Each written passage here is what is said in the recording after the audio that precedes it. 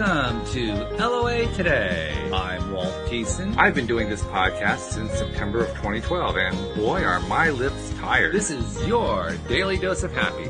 We are so happy you decided to join us today. Can't join us this week, but she'll be back again next week. However, I am joined by a special guest today. Her name is Annette Copeland. I should probably say Dr. Annette Copeland. She is a naturopathic doctor, but she's also the author of a book called Dragonfly into the Light, which I'm kind of inferring. I haven't read the book yet, but from what I've seen, I'm kind of inferring it's more about her personal journey rather than her journey as a doctor. But we'll find out about that pretty quickly. So, Annette, welcome to the program. How you doing today? I'm great. It's so good to be here. It's good to have you here. All right, so we got to start off with a little biography. So give us an idea of how you got to become where you are today, Dr. Annette Copeland. Well, I started at 16 by being a teen mom. And I spent, most of my life trying to figure things out because I started pretty early and I didn't get the same start that a lot of people get. I was instantly thrown into being an adult and I missed out on some of the good, fun kid stuff like prom and senior trip and all of those things. And some of those things are where you learn some of the things that turn you into an adult and who you're going to be. So I had a little bit of a different start than most people. But I ended up learning, I always used to call it the School of Hard Knocks, which has been actually a pretty awesome journey, really. I've lived a really cool life. My bucket list has been very well checked off. Raised my daughter. She's 37 now. And I decided about 13 years ago that I wanted to be a naturopathic doctor. So I went back to school at like the age of 40 or 41, something like that, and got my doctorate at 45. And so I have all of that knowledge as well as all of the, the abundance and manifesting and all of those things that I've learned through my journey. So I love the topic that you talk about, and I love helping other people learn how to become their best self. What made you decide to become an ND? I had some health issues that started around the age of 30 that the medical community was really struggling to figure out. And I met a doctor at the age of 40 who was a chiropractor who taught functional medicine. So I got to follow him around and I learned a lot about the human condition and how a lot of times we're really treating symptoms, not the root cause. And he got me very interested in natural medicine, which takes a little longer to get things done than, like prescriptions and things like that. But overall, you end up more healthy in the long run because you're not treating symptoms, which is just chasing stuff. Valid point. In fact, something I had not really thought about until someone pointed it out here on the show within the last year or two. But mainstream medical science never claims to cure anything. It's an amazing thing. I mean, they basically have the monopoly here in the West on all of medicine, but by their own admission, they never cure anything. Okay. Wait, hold on. Excuse me? Yeah. I haven't figured that one out yet. Yeah, I could go down a whole rabbit hole on that, but I will, I'll not do that. So, I mean, from that perspective, I guess I can really appreciate somebody going into, any kind of alternative medicine. We've actually had a number of doctors here on the show who, to one degree or another, took steps away from the mainstream, which, of course, in and of itself is a risk, especially if you already have your MD or other medical doctorate degree, because there's a lot of pressure within mainstream medicine. Yeah. So whenever somebody steps outside the bounds, we try to applaud them by bringing them on the show. But you didn't step outside the bounds. You leapt outside of the bounds. I just started outside. And, I just, because of where I started, it wasn't feasible for me to go down the medical doctor road because it takes too long and it costs too much money. And, I was at the age of 40, I already had my first grandchild. So it wasn't something I could do, was go back to school at that point and do an 8-year degree. Right. And I didn't have energy for that either. Well, I think you also have to have the enthusiasm for it. I mean, that is definitely a calling, that kind of. Oh, yeah, for sure. I mean, it's tough. Yeah. Very tough. And it weeds out the ones who are sort of on the fence about it pretty quickly. I mean, organic chemistry will do that all by itself, but the rest. Well, yeah. And when you're passionate about, first of all, I had a person to help who was myself. But then as I was learning how to take care of myself, I was learning also how to help care for other people, and just learning how the human body works, and then really getting an understanding of all the biology and how things go together. But then when you're studying natural medicine, the holistic approach is important. So you start to realize that mindset and all of those things go together as well to create a healthy body, mind, body, spirit. Without one of those, you're not a whole person. And it's interesting too how the holistic field has pretty much bridged the gap between mainstream Western medicine and Eastern medicine. It like borrows from both camps, which is very cool. I like that. Yeah, it does. Yeah, in a good way, I think. I mean, I see naturopathic doctors and functional medicine doctors that still do what a friend of mine would call a pill for an ill. You know, they just replace prescriptions with supplements. And I try not to do that. That's not my goal. I'm not looking to fit every single person with some sort of supplement that's going to fix them. It's really about finding out what's going on with the person, and do they need a different type of eating? Do they need different exercise than other people? You know, what is it going to be that makes them healthy? Not what kind of pill can I give you to make you feel better for now. It's really about getting all the way to a healthy perspective. Okay, so this seems like a good spot to bring in the other side of your career as an author. And as you mentioned before, you're the author of the book Dragonfly Into the Light. Tell us the genesis of that story. Well, it's fiction. It's a novel. And I started writing that book when it was probably like 2006. And I started basically writing it for myself as therapy because I had been through some traumatic relationships. And at that point, I still didn't understand my part of those toxic relationships that I was in. And it started from a child for me. There were things I was exposed to that left me lacking in certain areas. I didn't have good boundaries.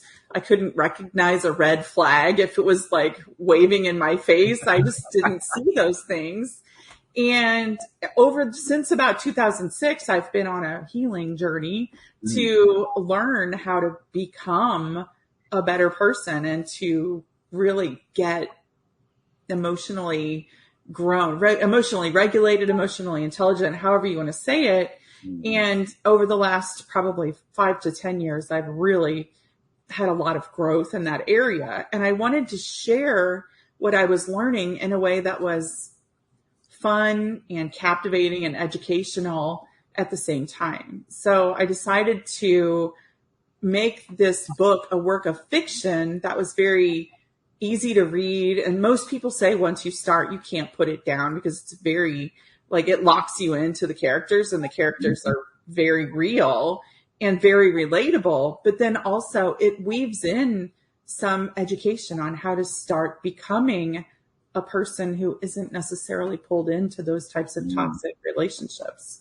Yeah. So it's a healing journey, but it's also educational as you read it. I love the fact that you decided to do it as a work of fiction, in part because I did something similar myself. The topic was entirely different. I was trying to help people understand how money supplies and monetary systems work, and I wrote a fictional book about that. Turns out nobody really cared. But nevertheless, I appreciate the approach because I think it's a better way to teach. If you're trying to explain something to somebody, do it through a fictional story, because people love stories. You know, nonfiction often put people to sleep, but nobody ever falls asleep with even a halfway decent story. Yeah. Well, and I just thought if I could do it as a fictional story, first of all, there's nobody to blame. There's no real people to blame. Right. So nobody can say that I was pointing fingers at them. But also I could create characters based on several different concepts and really build the character out in a way that was super relatable to many people and still weave in those educational moments as well. Mm-hmm. So it was much easier to use fiction that way because I wasn't worried about portraying someone in a light that they might be offended by or anything like that. So yeah, because you made up the character, so they can be whatever you want them to be, and nobody's going to sue you. Right. Thankfully. Yeah, right. I mean, it's a sensitive topic when you're talking about emotional abuse and trauma. And I have to say, both of my parents have read the book and they both loved it. Okay. And I mean, part of the book talks about generational trauma. So they were the two people I was concerned about the most that might be offended by something that I wrote, but they both took it and really enjoyed the characters and the story. And they thought it was extremely, extremely relatable as well. So it was really good to get that feedback from them. That's excellent. That's really, really good. And your fear was certainly well-founded. I've been encountering people lately, and not too often, but I've been encountering people who have been through traumas and so forth, and they are offended by some of the ideas that I'm sure are in your book that we talk about here on the show. They get upset about it. They start thinking that, you believe in that stuff, you're arrogant, or you're full of it, or whatever, however they want to phrase it. But because a lot of these ideas challenge people. And unless you're ready to be challenged, you're going to get pissed off. Oh, yeah. Yeah. I mean, and everybody these days, everybody wants to talk about being triggered. And, I just would challenge people to think of triggers as an opportunity for growth. If something is triggering you, if it's upsetting you, if it's really pulling at your heartstrings, then is there a lesson there for you to learn? Is there some growth there that you might be being exposed to that is, opening up an opportunity for you? Yeah, I mentioned before that I'm not much of a TV watcher, but there's one TV series that I've enjoyed, this Ted Lasso series on Apple TV. There's a character in them who I really like, Dr. Sherman. She's a psychologist called in by the team to help deal with some of their issues. And one of the things that she says repeatedly in the show is, the truth will set you free, but first it's going to piss you off. Not that. Yeah, for sure. Well, and even just like yesterday, I had a little mini breakthrough because I realized that whenever a certain topic would come up around me, like divorce or something, I would instantly feel my body having a reaction, even though my mind is fine. It's clear. It's okay about the topic of divorce, but my body would have a reaction. And I realized that my nervous system is still like programmed to have a certain response around that topic, whereas my mind is no longer upset by it. But when your body starts to have a reaction, then of course it pulls your mind in as well. So then it's a full body reaction. So being aware that I have that little thing right now that I just need to pay attention to kind of changed my whole outlook on that topic. So like, say I have to talk to my lawyer or whatever, it's no longer something that instantly is like a gut punch. I'm like, okay, so I just need to prepare my nervous system for this. I know it's coming so that I'm not instantly feeling unsafe and unwell and scared and concerned about what's going to happen, because I know that mentally I have this, I've got this, and I need to just let my nervous system know that it's okay and it can relax. So I'm actually now seeing the parallels that kind of bridge for you the self-development side with the naturopathic physician side, because there is a lot of overlap there, isn't there? Yeah. Yeah. Well, and Bruce Lipton wrote a book. I think it's called The Biology of, oh my gosh, I'm sorry. I can't think of the title. Biology of Belief, I think. There you go. Biology of Belief. That's correct. Yeah. And he talks about cellular memory in that book. Yeah. And it's really true. And I love that book. I haven't read it for years. It's been like 7 years since I read it, but I really liked the concept that your cells have memory and your body can remember things even if you're not consciously aware, like your subconscious can remember. Like a lot of people can tell you that on certain days of the year, they are going to have a bad day because 20 years ago, they lost a parent or they lost something or someone they cared about, and their body remembers on that calendar day. Even if they're not mentally thinking about it, their body remembers. And it might take them a couple hours to figure out why they feel off, or they don't feel like their self, or they're not as cheerful as they normally are. And then all of a sudden they'll be like, oh, today is the 12th. Right. That makes a lot of sense. And then they're better once they make that connection. Yeah. I've experienced that myself. I know exactly what that feels like because I've lost both my parents. And it wasn't terribly traumatic because they had both had long, happy lives. But still, there's a piece, that goes missing. Yeah. Well, and you always have that where you're going to pick up the phone and call them, and then you're like, oh. Can't do that, yeah. I don't have their number. Still have to work on that inner being connection. Hello, anybody listening? Hello. Right. Exactly. Yeah. Which, by the way, does work. That's another topic, but that actually can work. Yep. So, for you with the parallel interests, the parallel careers, if you will, of on the one hand being a naturopathic physician, on the other hand being an author, helping people to just have a way of understanding how to deal with the traumas they've been carrying all their lives. When you're walking those two paths, as I'm sure you do every single day in your life, where do you find yourself really bringing them into your interactions with people? I imagine you do with your patients, with your naturopathic patients, but are there other areas as well? Yeah, well, I mean, just in relationships in general, or standing in line at the grocery store, I can spot a child that has been exposed to trauma almost always because of the behavior that they have. Sure. It's easier with children because children aren't as good at hiding how they really feel.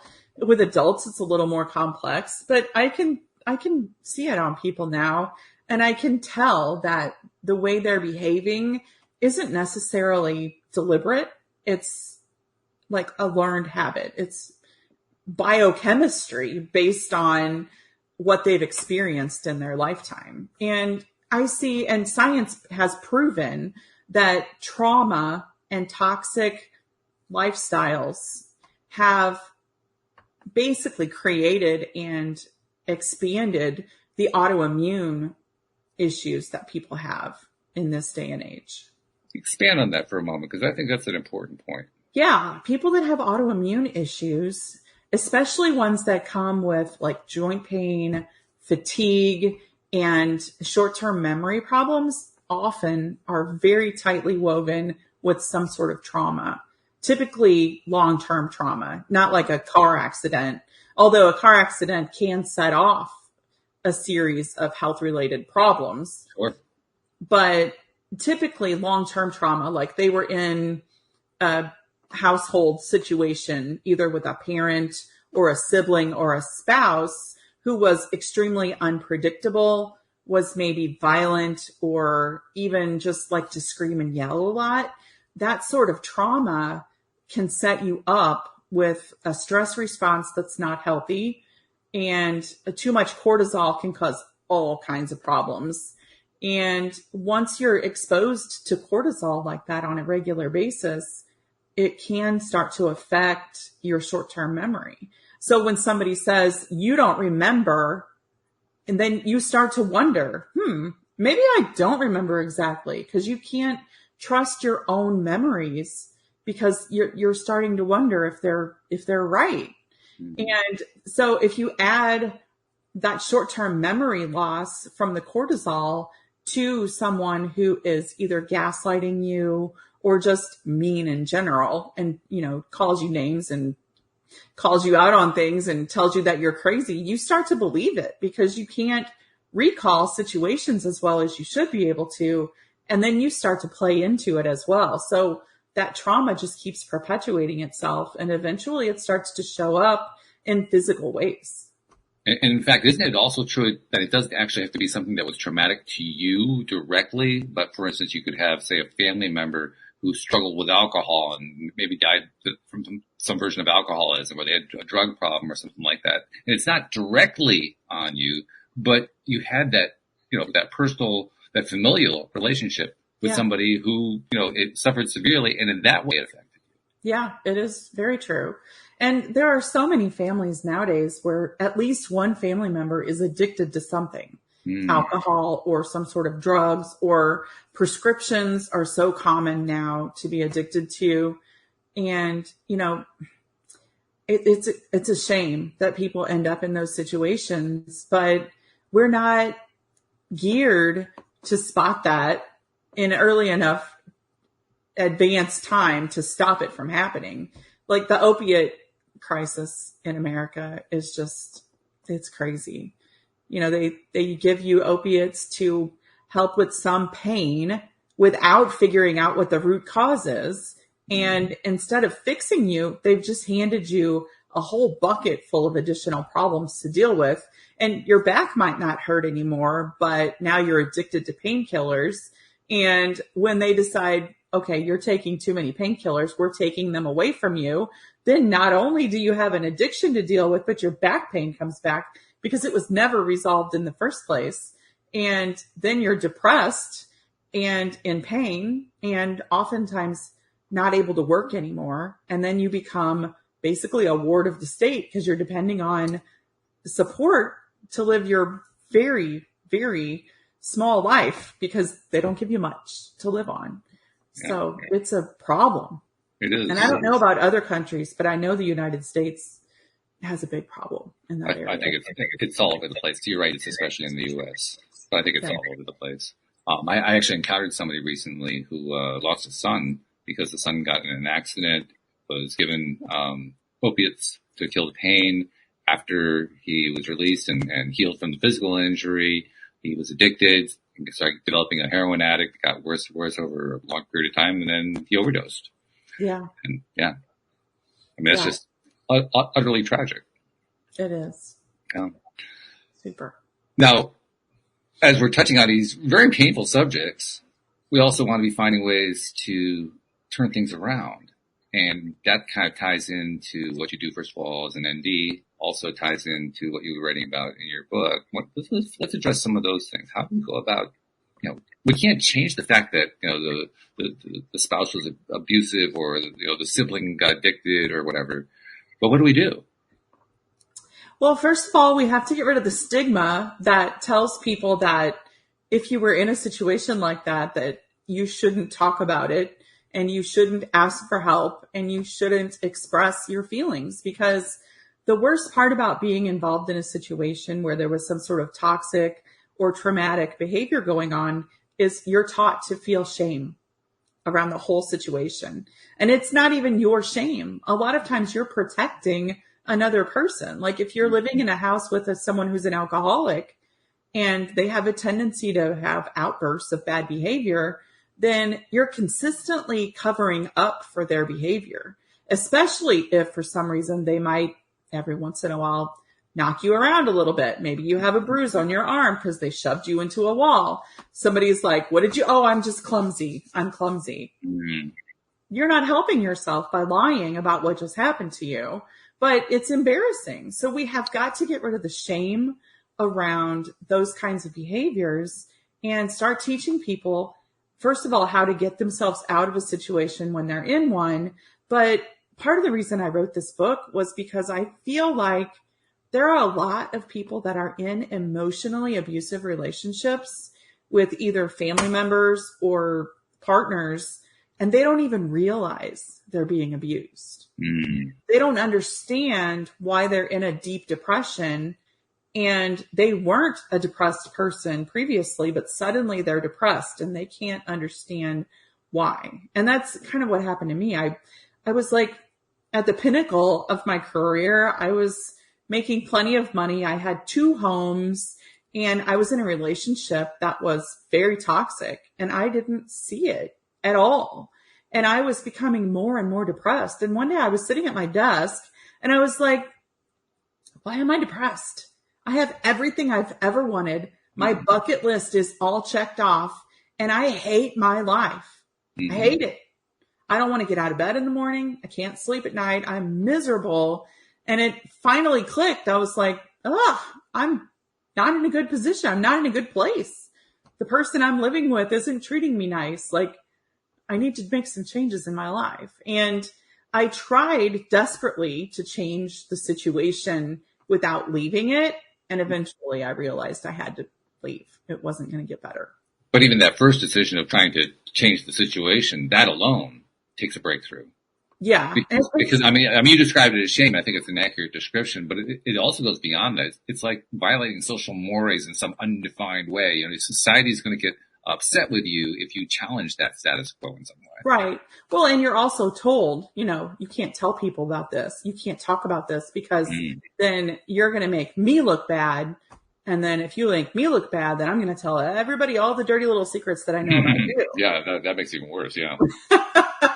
Yeah. So when that starts coming out, it makes it very difficult to leave because you've got so much shame at that point that you're afraid that the skeletons in your closet are going to start coming out. And in all honesty, if you really talk to somebody who's lived a normal life, they have the same skeletons in their closet. People just don't talk about the stuff that they do or the way that they feel publicly.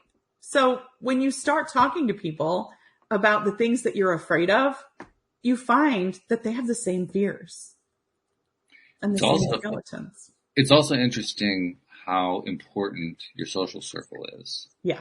Because what I've noted is that the people who have the biggest traumatic experiences, the biggest challenges, the ones that they're not even willing to face up perhaps, are surrounded by other people with exactly the same thing. Mm-hmm. I mean, it's not like people are really good at creating social circles that include, no, I have all these problems. I'm going to include all these healthy people in my social circle so I can have all these. People don't learn to do that normally. That's not the way it comes together. You know? Right. Well, birds of a feather, right? So if you are one of those people that deals with a lot of shame and guilt in your life, you're not going to feel comfortable hanging around with people that are openly talking about their feelings. It's going to be very uncomfortable. Which raises the very important question. Who do you talk to? Yeah. Because if you're talking to those people, the ones that are in the same kind of boat you are, they're just going to feed back the same stuff all. Oh, yeah. They're going to validate your feelings. Yeah. And they're going to like intensify your crazy, if that's what you want to call yourself. It's not a healthy relationship. So you don't necessarily need a hype squad that's telling you that you're right and your life is horrible and your spouse or your dad or whoever is a bad person. You need people that encourage you to become a better you. And so that leads to the ultimate question. How do you do that? I mean, this is your circle of friends. They aren't serving you. You don't dare talk to the others like you were talking. How do you find the people? That is a great question. And I've been very fortunate because I've always had a huge friend base that I could lean on.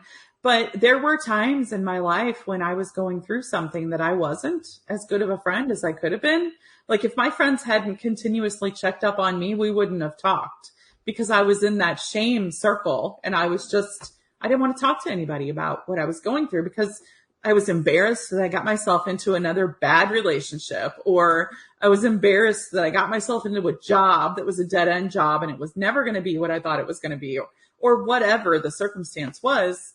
I didn't want to keep telling my friends how bad I was at making decisions and why my life was turned upside down one more time, why I was starting over again at 25 and then again at 30 and then again at 40 or whatever. It's a cycle. And eventually you just get tired of telling people, because your friends are like, their lives are getting better and yours just keeps getting worse. And you're like, I don't understand. Mm-hmm. So unless you're able to start communicating how you feel, I mean, I'm sure my friends would have supported me in every possible way if I had just told them what was going on. But I didn't because I was ashamed.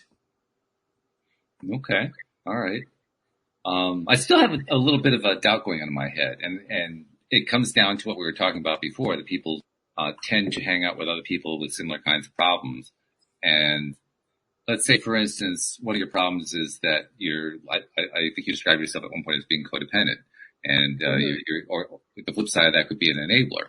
So if you're a codependent person surrounded by enablers, that's you could probably tell them what's going on, but it's not necessarily going to help anything.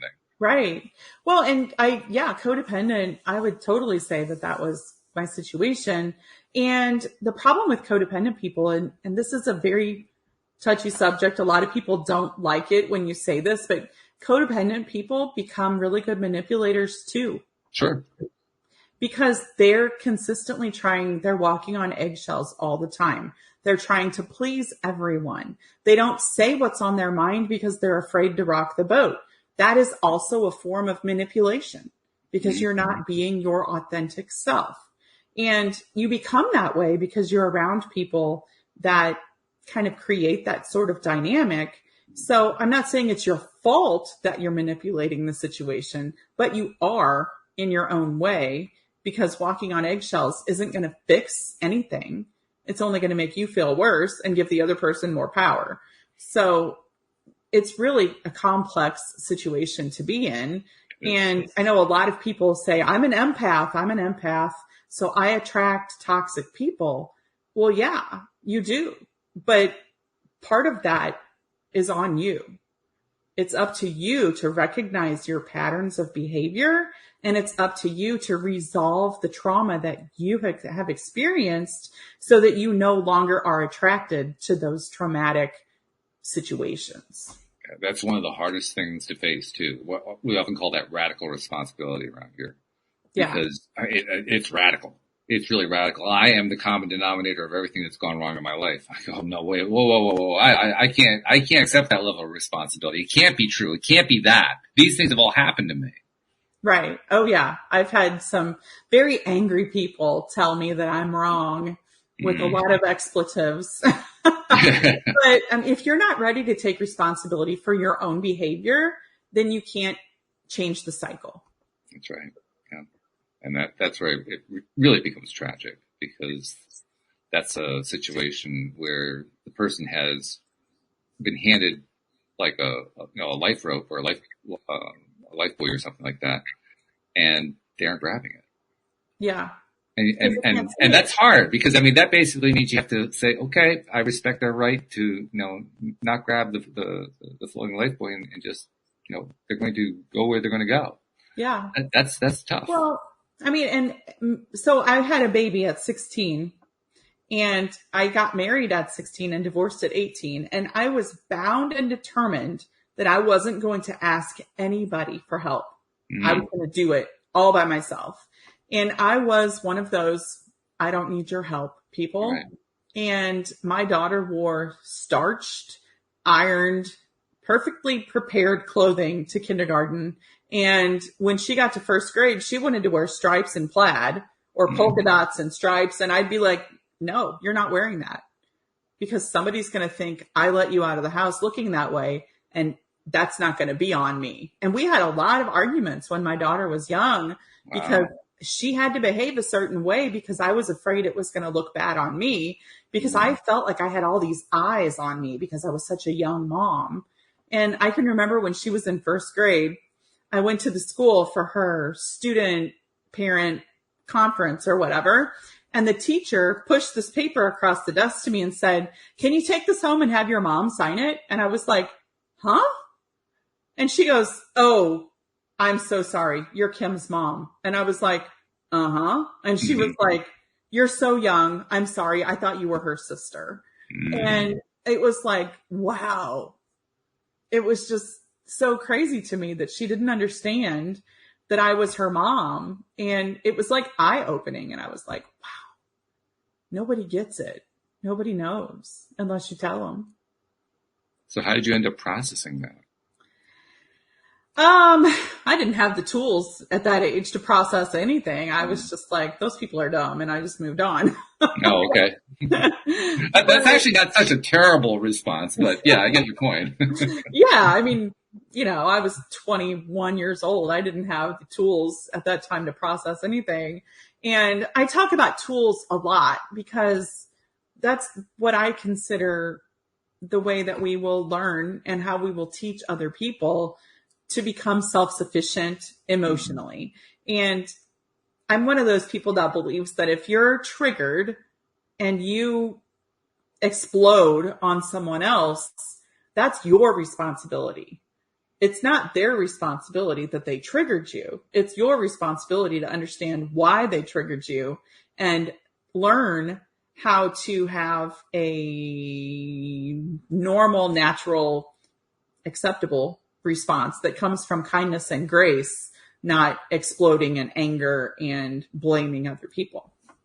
Well, I think we should probably also qualify a little bit, because if the other person is doing so deliberately, they certainly do engage in some level of responsibility for that, because that's their stuff. Yeah. Yeah. But the way you react or respond to other people's behavior says a lot about who you are. Yes. And when people are deliberately causing you pain and agony, then those are just people that you don't need to have in your life, because they're most likely not going to stop doing that. If you've asked them to stop and they continue, they're probably not going to stop. And yet here we are back to square one, where we say, okay, so I'm faced with this situation. I've got to change it. I don't dare change it. I don't have anything to change it to. Yeah, it's very scary. And I mean, there are tons of programs out there for people now. And I reached out to, honestly, the first step that I did when I decided that I was going to figure out why I kept ending up in situations that were scary and unhealthy was I went to Al-Anon. And I only went to one meeting because my situation started changing rapidly at that point. And I ended up leaving the state that I was in. Wow. But it was so amazing to be in a room with 10 other people that didn't necessarily understand my personal situation, but they all had their own situation. Like, some of them were parents who had lost children to drugs. Some of them were spouses of alcoholics, and they all had their own story and their own pain. But the thing that we all had in common was shame. Every single one of us. And we had layers of guilt around the situations that we were in, whether it was our fault that we got there or not, if we could have done something different. Like, there were so many questions and really no answers. But it was awesome to be in that room with those people, because they were all being so honest and so open about how they felt. And it was so cool to be accepted, no matter how broken I felt, to be accepted into that group. So, I mean, if worst case scenario, if you're in a situation where you just feel like you have nobody, find an Al-Anon meeting to go to, or find a group therapy session somewhere for people that are in those kinds of situations, because you will find people that are on the same path as you, and they'll be in different phases of healing, but it's a great start. You're touching on one of my favorite points, and it's not an easy one, but it's still one of my favorites. And that is, you've made the decision on some level that even though you have no idea how to accomplish it, you've got to make some change of some kind. Yeah. And you may not feel like you have the support circle for it. You may not feel like you have the resources for it. You may not be able to afford the money for it. You may not have anything that you think you need to do this. But if you can just somehow make the decision to do it anyway, and even though you have no idea how it's going to happen, just kind of take a step, even in the wrong direction, that to me that's the bravest thing in the world. But it's also how the journey starts. Right. Well, you have to have some sort of momentum, right? For the universe to kick in, there has to be momentum. So you taking a step in faith in any direction is better than not taking a step at all. And it is an amazing thing. I like to follow some of the major law of attraction people, including Mike Dooley. I love Mike Dooley. Yeah. I love the way he explains this. He says it's kind of like, works just like a GPS, because if you take your first step in the wrong direction, the GPS will say to you, make a legal U-turn. Right. So you're still going to end up going in the right direction. Yeah. And I started a journey of self-growth when I was 30. Like, I just woke up one morning and I was like, okay, girl, you need to forgive yourself for all the things that you messed up and just start clean slate. And I've told a lot of my friends that, back when I was in my 30s, I was like, just clean slate, like wipe it all away. Forgive yourself for all the stupid mistakes you made when you were younger, and just start over and just be a better human. And, that doesn't clean it all up, but it at least makes you feel a little better about the situation. Like, okay, I can do this. I can start going in a different direction. And you can tell everybody or you can tell no one. I've chosen to live out loud. I've chosen to be very public about my journey, but you don't have to be. It's not required. You can heal in silence. It's probably messier to heal in silence. Mm-hmm. You don't have as much support. But I mean, I think if you live out loud, the people that need to be in your presence in order to make your life better will find their way to you if you make a little noise on your journey. This dovetails very nicely with the conversation we had on yesterday's show with my co-hosts Joel Elston and Sam Page. We were talking about the book. What's the name of the book? Sure, of course, it's just going to go right out of my right out of my head. Of course. Atomic something or other. But anyway, the idea is about taking Atomic Habits. I listened to part of that interview this morning. Yes. Okay, yes, Atomic Habits. And the idea being to take incremental steps, little tiny baby steps. Mm-hmm. And it's an amazing thing to think, looking back on my own experience, just how powerful those baby steps really are. Because when you're taking them, it doesn't seem like much of anything is happening. I mean, you really are kind of on your own for a bit, just trying to just take steps. Yeah. And sometimes you take steps and sometimes you go a few days without taking steps, and you just kind of constantly reminding yourself to try, take a little thing here, do a little thing there, try a process, do that, do this. You just constantly just try to find a way. And then eventually, over time, usually it's not something you recognize yourself. Somebody else points it out to you. Mm-hmm. Somebody points out, look at what you've done so far. Yeah. And you look back and you say, oh, yeah, I guess I did, didn't I? I didn't really notice. Yeah. Or you'll see a picture of yourself and you'll be like, oh my gosh, I look completely different than I did 5 years ago. Yeah. Completely different. Yeah. And you won't even know why or how, but you'll be like, I look happier or, yes. Whatever it is. And people tell me, I saw somebody a couple weeks ago that I hadn't seen for probably 3 or 4 years. And when I walked in the room, she goes, you're back. And I was like, oh, I'm here, I'm back. And she goes, no, I mean, you're back. Mm. And I was like, what do you mean? And she said, you're back. You're back to the person I knew 6 years ago, not the person I saw 3 years ago. And I was like, oh, yes, I'm back plus more. Mm-hmm. Mm-hmm. I'm not the same person I was because I'll never be that person again. But I am back to who I am without all of that weight holding me down. When you're dragging all of that around with you, you cannot be fully you because it's just too heavy. It's too much to carry. That's a good point. Yeah. When we tie this into the naturopathic side, we haven't really gone into that in depth, but let's do that at this point. You mentioned earlier how mainstream medicine has a tendency to treat symptoms only. It doesn't really get to the root of the issues. And that's certainly one of the goals of a naturopathic approach. But let's also tie it into this mindset that we've been talking about. Mm-hmm. Kind of paint a picture for us.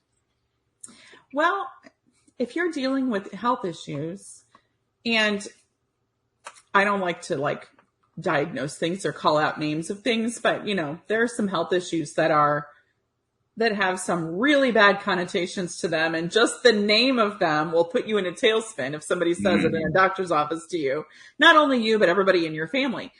Whenever you get a diagnosis that seems like it's horrible and awful, and if you watch the movie The Secret, they talk very deeply about this, how you could get a diagnosis like cancer or something equally as awful, which there's not very many things as awful as that, but your mindset plays a huge role in whether or not you're able to recover from that. And I'm going to go out on a limb and say, even if you aren't able to recover from that, your mindset makes a huge difference in the way your journey is going to play out from day one until the day you die, whether it be 3 months, 6 months, 10 years, 50 years from the time you get diagnosed. Your mindset really, really, really plays a big role in that. And you can live an amazing life for 3, 6, 9 months or 50 years because you changed your mindset, or you can suffer deeply for that amount of time. And it probably won't be as long if you go down the road of feeling sorry for yourself and blaming and feeling really horrible about it. So having a positive mindset, which is the common term that people are used to talking about, but I'm going to say raising your frequency, becoming a higher vibration person, getting to know yourself, getting to understand how faith plays a role in your life. And I don't just mean faith in one ultimate God. I do believe in God, but faith in yourself, faith in the people around you, faith in just creation and all of the things that are possible will change. It will cause a shift in you that will make whatever health issue you're going through less of a problem because you have a better mindset about the whole situation. And like I mentioned earlier, you can perpetuate health issues by having a low vibe mindset, a low frequency. You can make yourself physically ill by not having a high vibration. So what can you do on a daily basis? Like I talk about daily habits with people a lot. What daily habits can you start incorporating into your life that will raise your frequency on a daily basis? First of all, drink clean water, get good sleep, do something that makes you feel positive, whether it be listening to a good podcast, listening to music that makes you feel good, getting outside in nature, like start adding some things to your daily to-do list that are for you, that raise your frequency. And as you do that, the people around you will also come to meet you. They'll rise in their frequency as well. That's a wonderful point. Beautiful presentation on how law of attraction works. Thank you for that. I'm also curious to know more specifically, though, about the medical side of it, the natural medical side of it, because you are dealing with the physical body as well. Yeah. It's not just mindset. So let's go down that path a little bit. Yeah. So typically medicine, allopathic medicine, our medicine that we use in this country is about forcing the body to do something. It's not about figuring out why the body is doing what it's doing.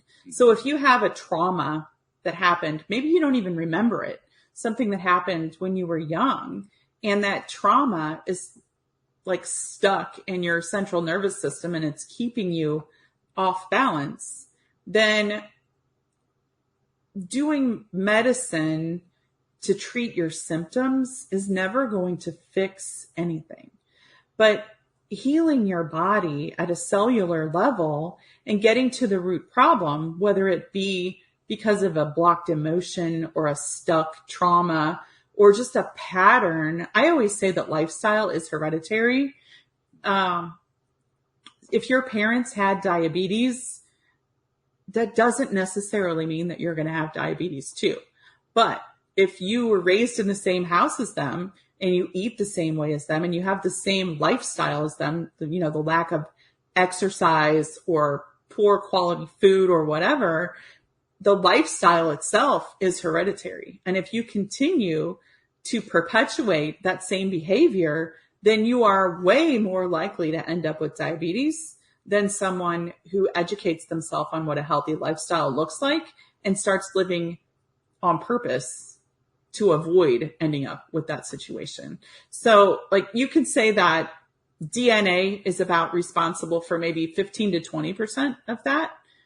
And how you behave, lifestyle, is responsible for 80 to 85% of your health. So if a client comes to consult with you, a patient comes to consult with you, how does the session go? Is the session mostly just a conversation about mindset?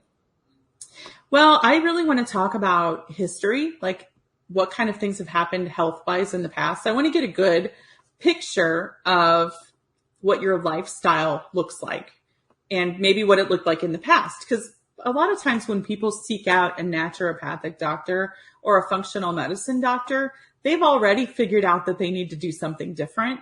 So they've been trying to fix themselves for a while.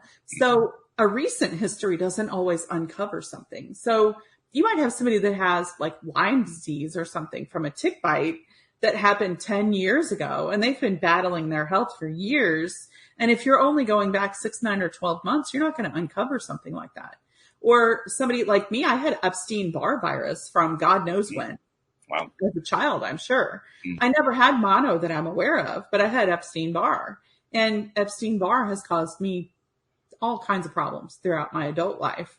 And when that was pretty common too, as I understand it. It is very common. And it causes like fatigue, thyroid problems, which is one of the things that I deal with is I have Hashimoto's, which is an autoimmune thyroid disease, which one could argue also was perpetuated by my inability to speak my truth. So there's, feeling like you can't say what's on your mind and having that stuck throat chakra, as some people would say, and then also having Epstein-Barr as something that would spike anytime my immune system took a hit. I would end up sick again with Epstein-Barr. I can't tell you how many times I've had sore throats in my life because every time something would happen to me, I would end up with Epstein-Barr again. And that's not something that medicine diagnoses. They don't diagnose chronic Epstein-Barr. They might nowadays a little more than they used to, but when I was really struggling with it, you could tell a medical doctor that and they would be like, that's not a thing. It's just because they're not exposed to it. They don't know. It's not that they don't want to. They just don't know. They're not taught to look for that kind of stuff. But in my world, we're taught to look for those kind of chronic underlying viruses like cytomegalovirus and things like that. Now, alpha-gal is a big one, which is a tick-borne illness where people get sick if they eat meat. So those kinds of things get overlooked frequently and the symptoms get handled, but it also comes into play with understanding someone's history, and emotional history comes into that as well. Because if someone has a blocked mindset, like there's a growth mindset and there's a stuck mindset. So if someone has a stuck mindset and their money doesn't grow on trees and, you're going to have the same health problems that your parents had. If they're stuck in that mindset, then yeah, that's what they're going to end up with. But if they have a growth mindset and they're open to change and they're open to learning new things, then their mindset is allowing them to look at new possibilities and possibly heal something that they may not have had the opportunity to heal if they had stayed in that stuck mindset. So it really does matter what your mindset is like when you're trying to heal yourself, because it's all together. You can't do one without the other. It's kind of reinforcing whenever you hear anybody presenting law of attraction theory. It always starts with what your thoughts are and then follows up with what your feelings are and where you give your attention and so forth. And then there's the vibrational element and so forth. And that foundation plays out everything as understood by those who are advocates and even practitioners of law of attraction theory.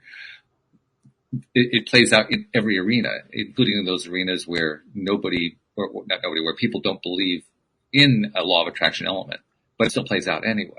It's amazing how fast and how often. It's there. The quantum realm is there, whether you believe in it or not. And it's still doing all the things that it does, whether you believe it or not. Mm-hmm. I had somebody tell me one day, you can't tell me that I attracted all of these horrible things to myself. Okay, I won't. Right. Exactly. Which is, by the way, the healthy way to do it, because that's somebody who's not ready to hear anything yet. Right. Yeah. And I mean, unfortunately, horrible things do happen to people. They do. But if you get stuck in that, oh my God, horrible things happen to me, guess what? More horrible things are going to happen to you. If you can start thinking, like there is better coming, better days are coming. And I promise you, I got through lots of episodes in my life by just knowing better days are coming. Better things are coming. And interestingly enough, just wrestling with questions like this one, and wrestling with questions of, if you have a health issue, wrestling with the issues about what mindset am I going to adopt as I'm dealing with whatever this health issue is. Just doing that much, it's amazing how that alone has an effect on, for instance, your social circle. Oh yeah, right? Sure. I mean, we were talking earlier, how do you change that social circle? How do you deal with the fact that your social circle doesn't provide the support you're looking for? Well, you start taking those little baby steps to kind of explore stuff, and your social circle starts to change to match it. Yeah. Yeah. I could get on Facebook right now and say, who do I know in this part of the country or this part of the world?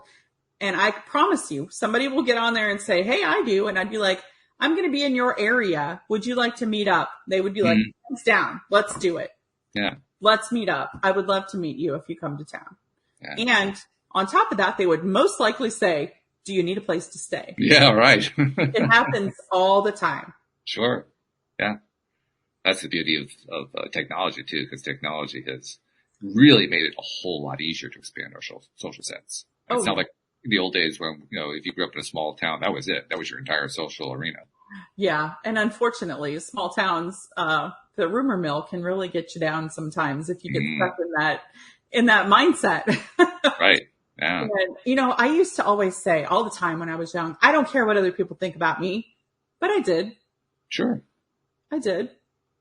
And I was always trying to prove that I was not that stereotype. I got pregnant at 16. I got married and divorced by 18, so I was so worried about becoming the thing that I thought they all said about me. And it's so funny now because when I don't live in my hometown anymore, but if I go back for a wedding or some kind of a situation where I run into a bunch of people that I know from high school, every one of them is excited to see me. And I used to think those people hated me. They didn't. Yep. And I tell my grandkids all the time, everybody is so absorbed with their own stuff. They are probably not really paying as much attention as you think they are to yours. Yeah, that's the most amazing thing about most traumatic events. I don't mean to belittle the traumatic events, but most often the person who's traumatized by it remembers that event entirely different from everyone else.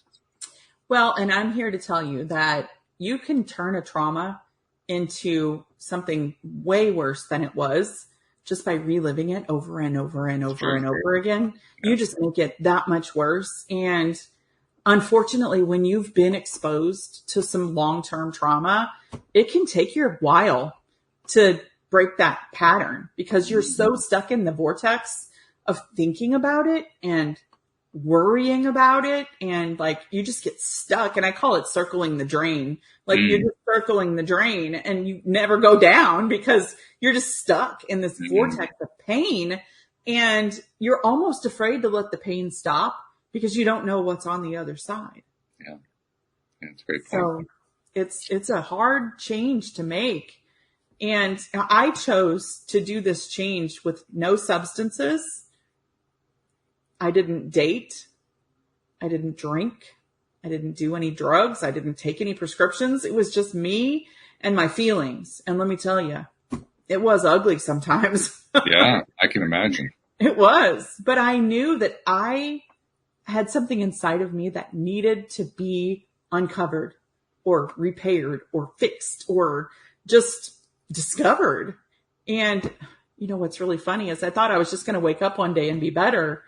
And what I'm learning is that even every time I think I've gotten to the end of it, something else pops up. And I have a coach. I call my coach and I'm like, quantum leap, getting ready to happen. And he'll be like, ooh, tell me.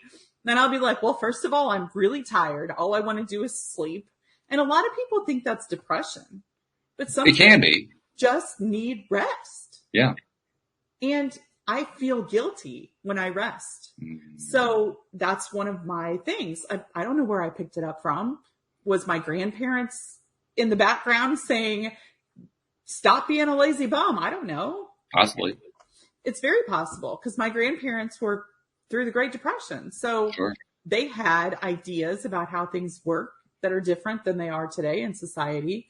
But I have a lot of guilt around not working. I have a lot of guilt about not being available for people. Cell phones are my downfall because if I have my cell phone, I always have to be looking at it. What if somebody needs me? Yes. That's the difference between you having the cell phone as a tool and the cell phone having you as a tool. I mean, there's a big difference.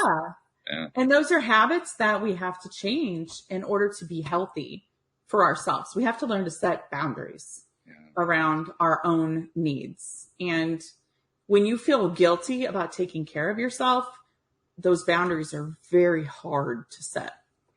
Well, as usual, we've flown through an hour, but we've got to get a couple more pieces of information from you before we shut the whole thing down.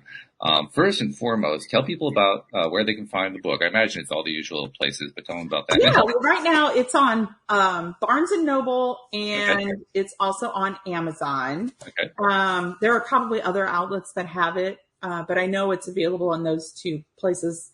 You can get it as an ebook on Amazon. Mm-hmm. I haven't done the Audible book yet because I want to record it myself, and I just haven't had time to do it. Yeah. So I have intentions to do that. But yeah, I have a website. It's AnnetteCopeland.com. You can check it out there. You can check out other things about me there too. I have a blog. I also have YouTube. Just search for Annette Copeland. I'm sure you can find me. And AnnetteCopeland.com, is that also how they reach out to you for the naturopathic side as well? Yeah. Mm-hmm. All right. Very good. Well, thank you once again for joining us. One other thing I need to do before you leave and we part company for the day, because I make this a regular practice. Like everybody else who appears on this program, you are a major giver. You've been giving and giving and giving and helping people in a lot of different ways through your blog posts and your book and your practice and all the things that you do. We have a tendency, givers have a tendency to get ignored on a very important front, because a lot of the content we put out gets picked up by people we've never met, we've never seen, we never will meet, we never will see, and we don't get any recognition for it. So I'd like to give recognition by saying, on behalf of those people you've never met, you've never seen, thank you for what you've been doing, what you continue to do, because you are making a difference in your life. Thank you. I try. Yeah, very important. So thank you very much. Thank you to our podcast listeners everywhere. We will see you all next time here on LOA Today. Goodbye, everybody.